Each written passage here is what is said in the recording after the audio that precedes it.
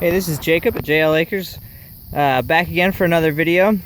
I want to give a little bit of an update. I haven't talked about this part of our multi-species cover crop, but when we did it, we had half the field over there that we had worked ahead of time to kind of get some of the weeds suppressed, and then we had the other half that we didn't, mostly because we wanted to give that side some time to grow.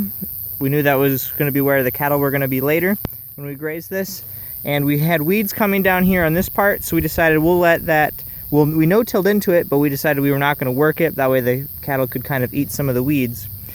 Mostly foxtail growing here, and I think if I would have gotten them out here a little bit earlier, they would have eaten this down better.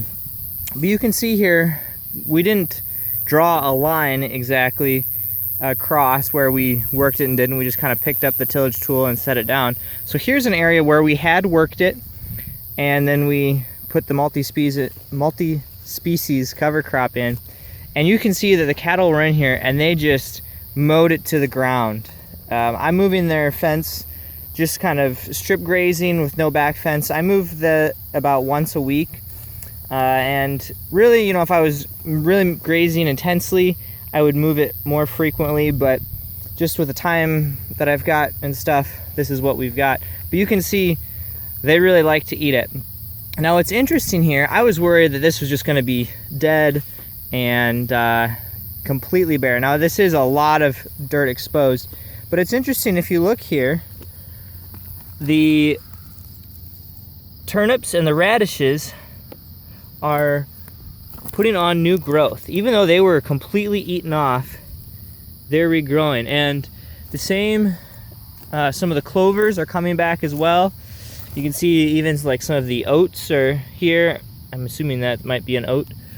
I'm guessing that the sorghum here was just, there is a little bit of growth here, but that was kind of tall when it got hit. It's probably not going to come back, although, you know, there is some new growth coming out here too. So if this would have been planted a little earlier, I stand corrected. There's actually sorghum coming back.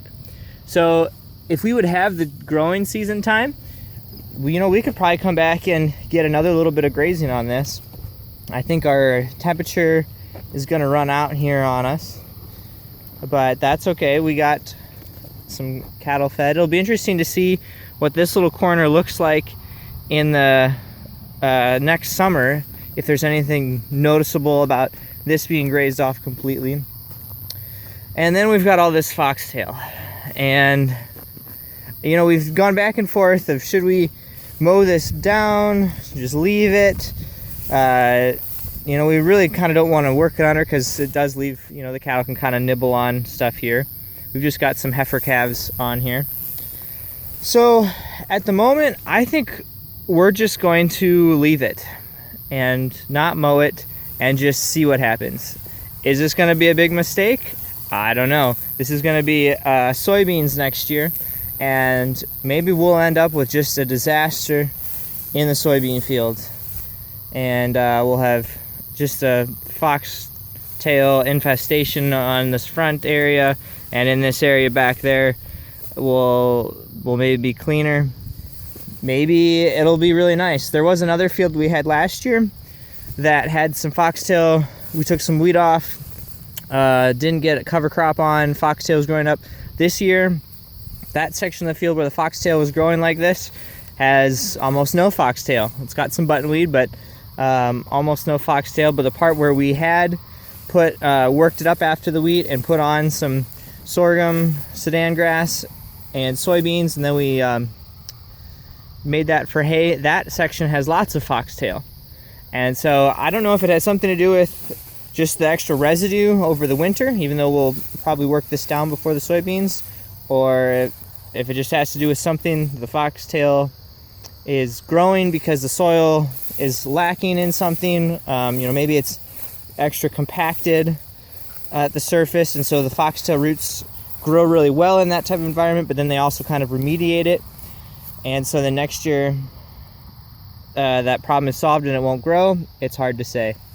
You can see we do have, like here is a little feeble cowpea growing. the stuff that I had no-tilled into this just really has not taken off. I think it's probably a combination of the foxtail robbing moisture and, you know, maybe some sunlight competition. It's hard to say, but the growth, this was planted all the exact same time, and obviously you maybe have seen some of the other videos that I've shown that stuff is just really growing great, and this stuff is almost non-existent. So we'll just have to see how this goes. Maybe we are making a large mistake here, letting all this grass go to seed, but that's all part of the experiments. We'll make the mistakes and maybe you can learn from us. You can see the cattle have been through here.